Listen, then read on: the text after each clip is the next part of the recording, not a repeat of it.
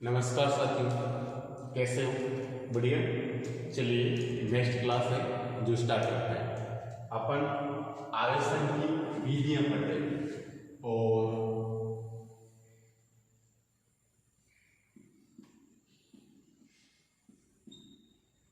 आवेशन की विधियां,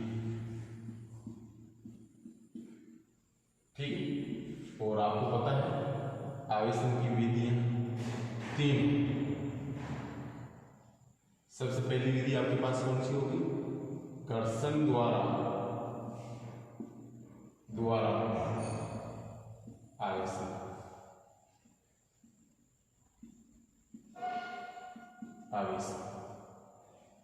उसके पश्चात चालन द्वारा आवेशन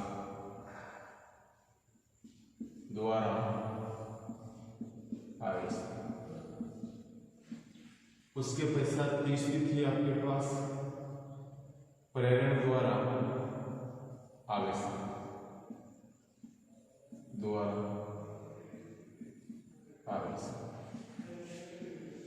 ठीक है। अब घर्षण द्वारा जो आवेशन है, इसके बारे में लास्ट क्लास में आपने डिस्कस कर लिया था कि जब किसी दो ऑब्जेक्ट को, दो उदासीन वस्तुओं को आपस में घर्षण करवाया जाता है, तो घर्षण करवाने पर किसी एक पदार्थ से इलेक्ट्रॉन दूसरे पदार्थ में जाएंगे।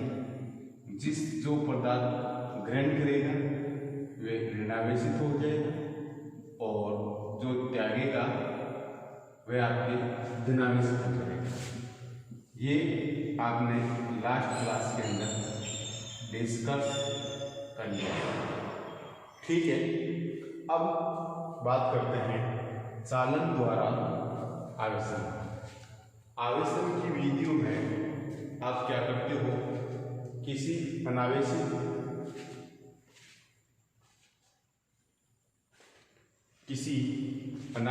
वस्तु को आवेशित करते।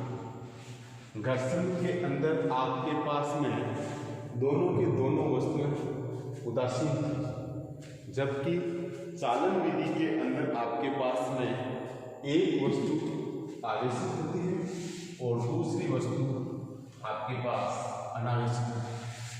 तो चालन विधि द्वारा अगला 2 नंबर आपके पास क्या हो जाएगा? चालन विधि द्वारा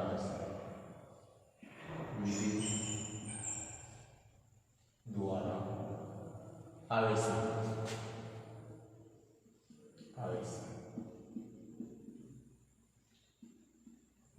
ये जो आपके पास में किसी अनावेशित वस्तु को आवेशित करता है, ये केवल चालकों को ही कर सकता है।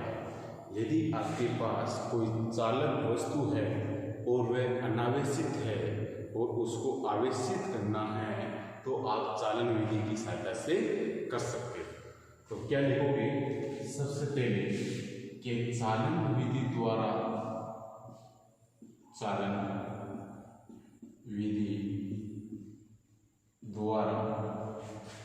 आवेशन केवल चालकों का ही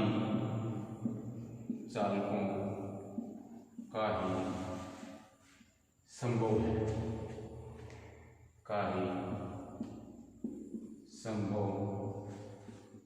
है, ठीक है। चालन विधि द्वारा तो चालकों का चालन नहीं किया जा सकता। चालन विधि द्वारा कुचालकों का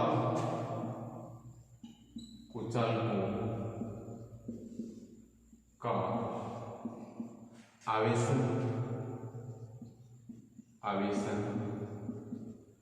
नहीं किया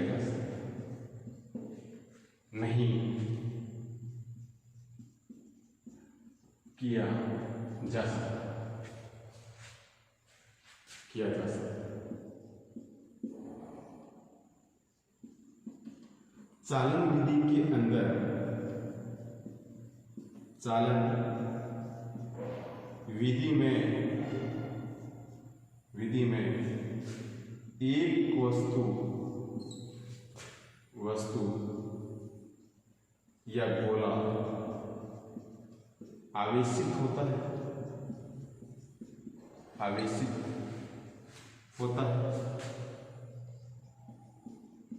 और दूसरा अनावेशित होता है और दूसरा अनावेशित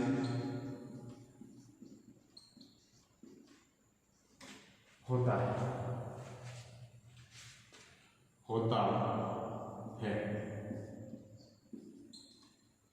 चालन विधि में आवेशित गोले को अनावेशित गोले के संपर्क में लाया जाता है।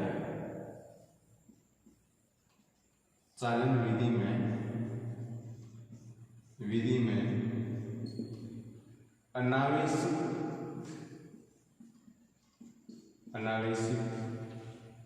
गोले को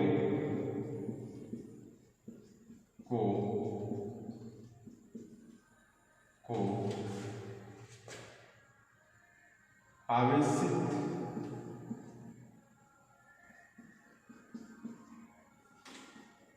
गोले के संपर्क में लाया जाता है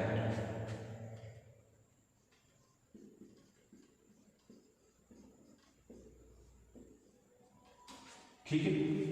अब देखो, इसको समझो। चालन विधि में केवल चालकों का ही आवेशन संभव है। इसका कारण क्या है, अभी जस्ट बताते हैं। इस विधि द्वारा तो चालकों का आवेशन नहीं किया जा सकता। इस विधि में एक वस्तु आवेशित होती है, दूसरी अनावेशित होती है और दोनों को संपर्क में लाया जाता है। ठीक है। अब अपन करते हैं कैसे, आगे नोट कर सकते हैं, इंपॉर्टेंट पॉइंट है इसके। वैसे नोट्स में और अच्छे आपको मिले, मैं नोट्स की PDF साथ साथ आपको सेंड करता रहूँगा, तो आप नोट्स में बना सकते हैं। ठीक है। तो देखिए,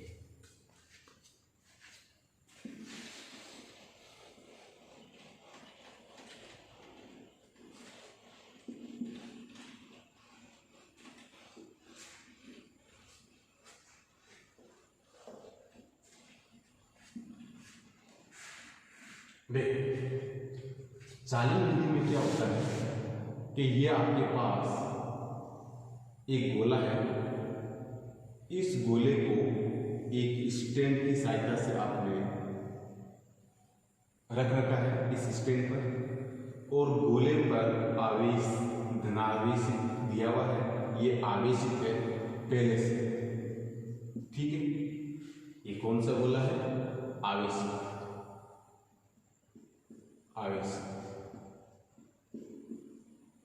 अब वो गोला लेके आते हैं जिस गोले को, जो अनावेशित है, उदासीन है, जिस पर किसी प्रकार का कोई चार्ज नहीं है, उसको आवेशित करते हैं।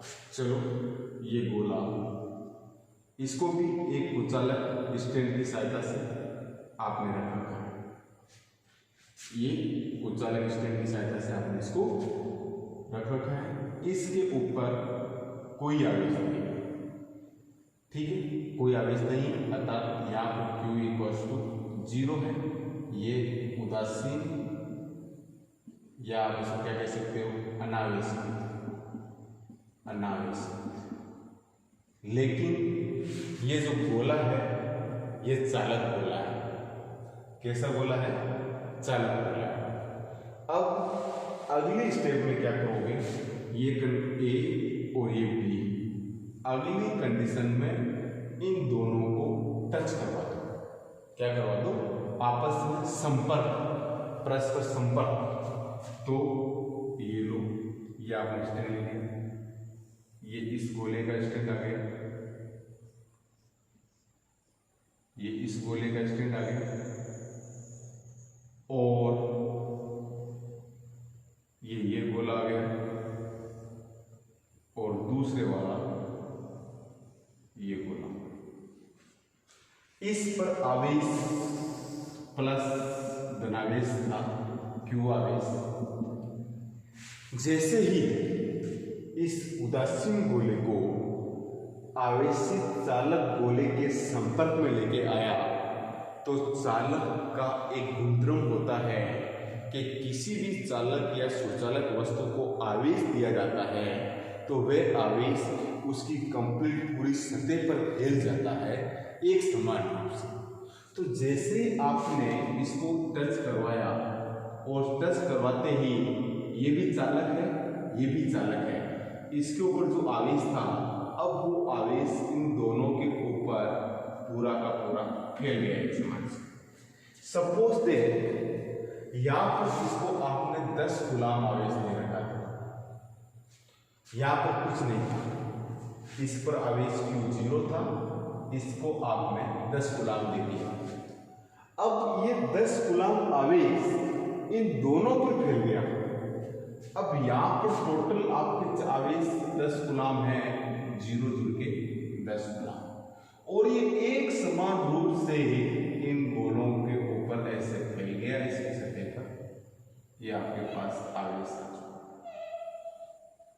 अब आवेश को थोड़ा सा बाहरी सतह पर शो कर दो ऐसे, ये आवेशित गोला है, आवेश सतह पर आ जाता है।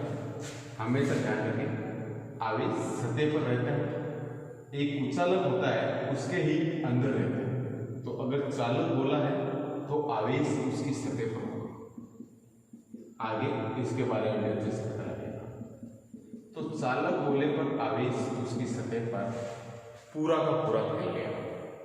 अब समान रूप से 5 गुलाम इसके पास चला गया, 5 गुलाम उसके पास। अब क्या करते हैं हम कि इन दोनों को आपस में अलग कर देते हैं। जब इन दोनों को आप वापस अलग करोगे, पहले क्या किया, संपर्क करवाया, संपर्क करवाने पर कुछ पूरा का पूरा आवेश दोनों में फैल गया। अब जैसे ही आप इन दोनों को अलग करोगे 5 गुलाम इसके पास आ जाएगा, 5 गुलाम आवेश इसके पास आएगा। ठीक है, तो देखिए अब आपने आप इसको अलग किया, ये लो, ये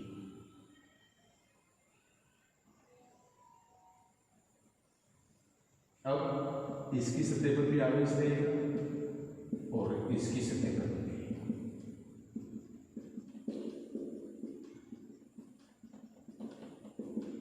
और कितना कितना होगा, इस पर भी 5 गुलाम और इस पर भी 5 गुलाम।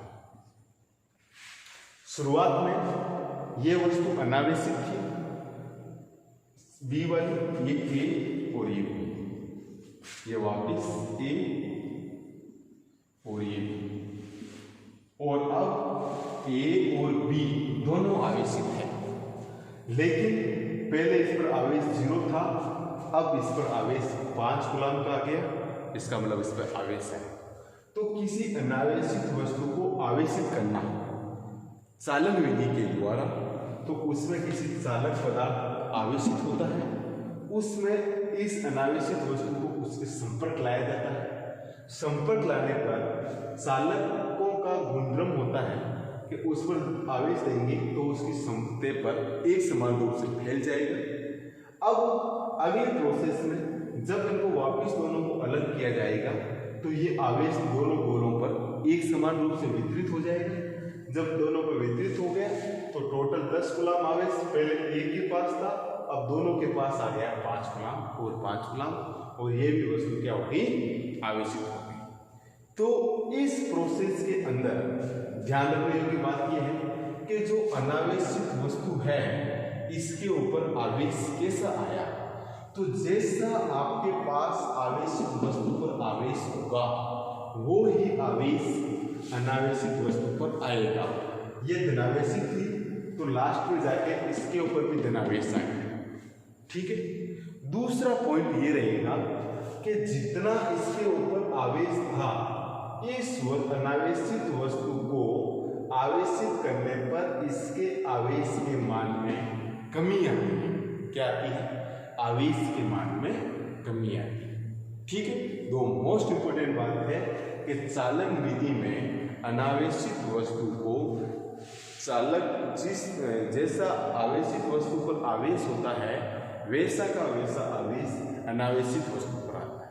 यदि यहाँ पर ये वस्तु अपन नेगेटिव लेते, इस पर आवेश ऋणावेशित आवेश होता आपके पास, तो इनके ऊपर भी वापस यहाँ पर क्या आता, ऋणावेशित, क्या आता, ऋणावेशित।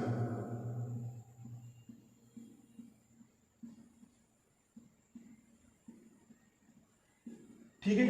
और इन दोनों को अलग करते तो आपके पास यहां पर भी ऋणावेश,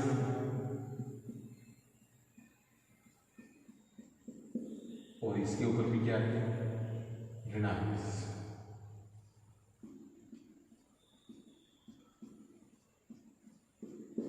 ठीक है।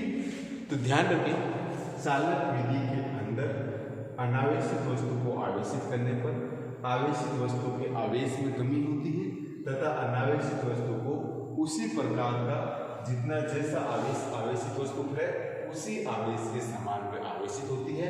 यदि ये वस्तु धनावेशित है तो ये भी धनावेशित होगी, यदि ये वस्तु ऋणावेशित है तो ये भी वस्तु ऋणावेशित होगी। ये आपके चालन विधि के द्वारा आवेशन था। इस चालन विधि के द्वारा आवेशन, ये विधि पूरा प्रोसेस आपके वैसे नोट्स के अंदर अच्छे से मिल जाए। अब ध्यान रखने वाली बात की, पहला पॉइंट क्या, अगला पॉइंट क्या रहेगा, चालन विधि में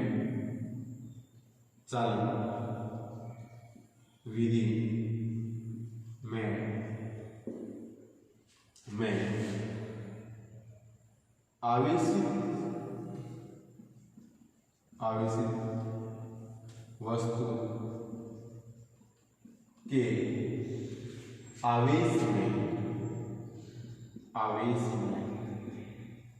आवेश में कमी होती है। ठीक है। अगला पॉइंट क्या हो जाएगा इसका, चालन विधि में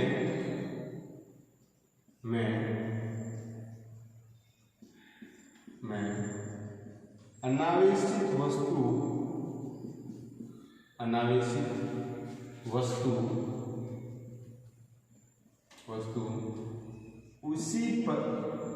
उसी अनावेशित वस्तु आवेशित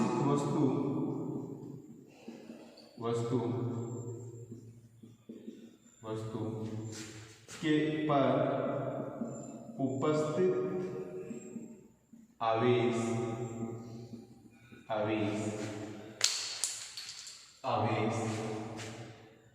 के समान ही आवेशित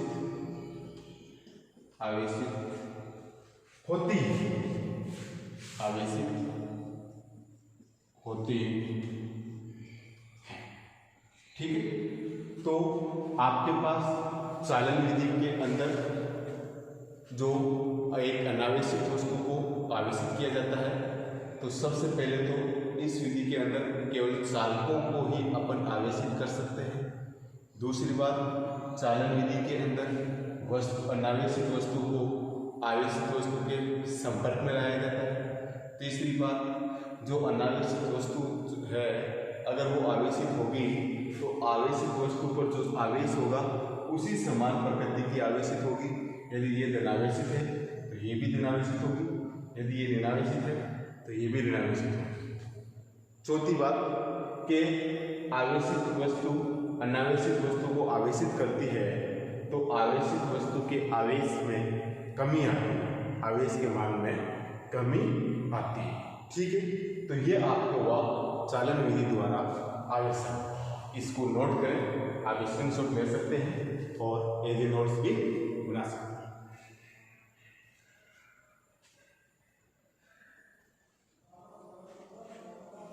चलिए अब इसको रब करें।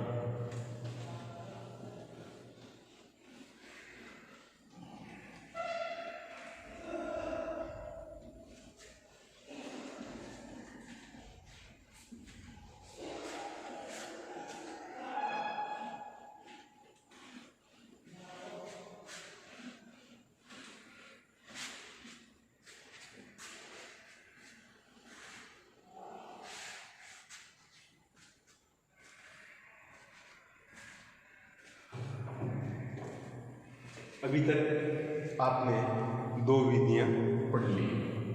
दो विधियों में आपने पहले घर्षण के द्वारा आवेशन पढ़ा, उसके अंदर जो इलेक्ट्रॉन ग्रहण करेगा वो आपकी ऋणावेशी, जो त्यागेगा वो धनावेशी हो जाएगा। ठीक है। उसके बाद चालन विधि द्वारा आवेशन। चालन विधि द्वारा आवेशन केवल चालकों का ही संभव है। तो यदि अपने पास कोई कुचालक आ जाए तो कुचालक का अपन कैसे आवेशित करें, कुचालक वस्तु कोई हो जाए और उसको अपन को आवेशित करना है तो उसको कैसे आवेशित करें। तो इन चीजों के लिए अगला जो अपने पास रहता है प्रेरण द्वारा आवेशन। प्रेरण द्वारा आवेशन, प्रेरण द्वारा आवेशन।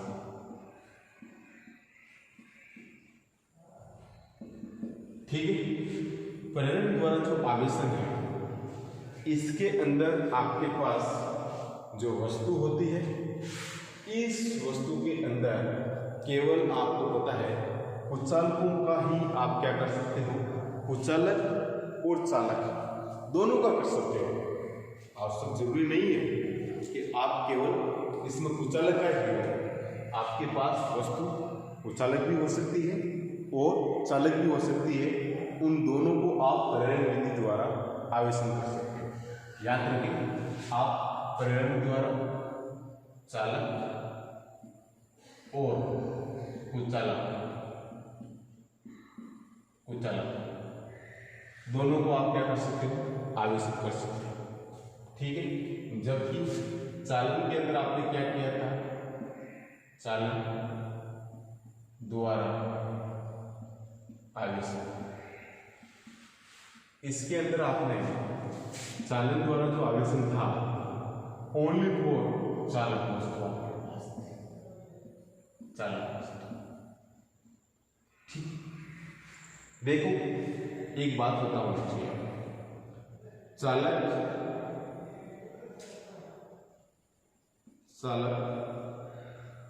ठोस है,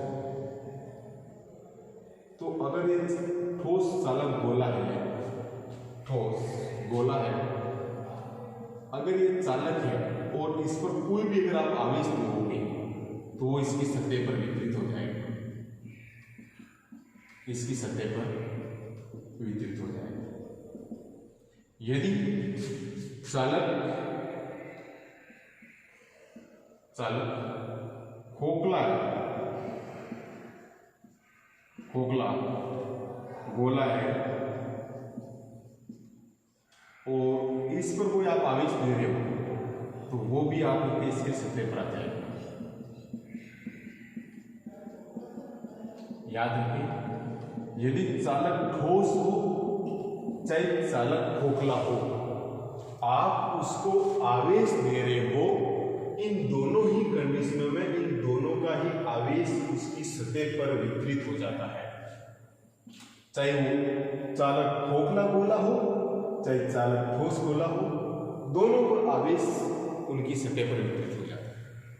यदि आपके पास कुचालक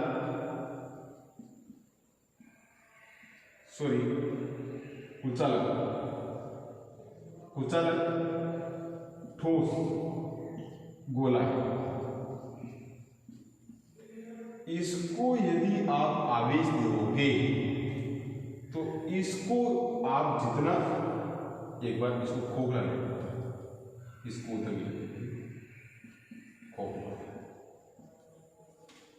कुचालक है और खोखला गोला है तो अंदर से तो खोखला है, तो आवेश दोगे तो वही, वैसे कुचालक में जहां पर आवेश देते हैं आवेश वही रहता है, और चालक में जहां आप आवेश दोगे तो उसकी सतह पर फैल जाएगा, चाहे ठोस हो चाहे खोखला हो। ठीक है।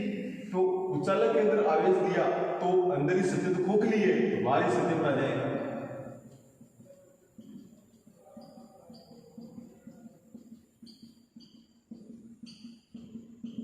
ठीक है। लेकिन आपके पास कुचालक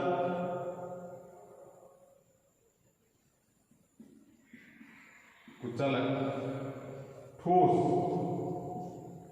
गोला है,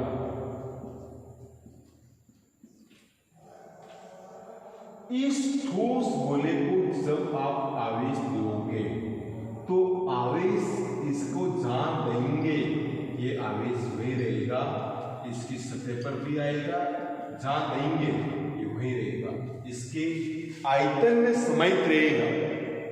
जबकि ये 3 कंडीशंस बनती है, A B C D, 3 condition तो सेम है।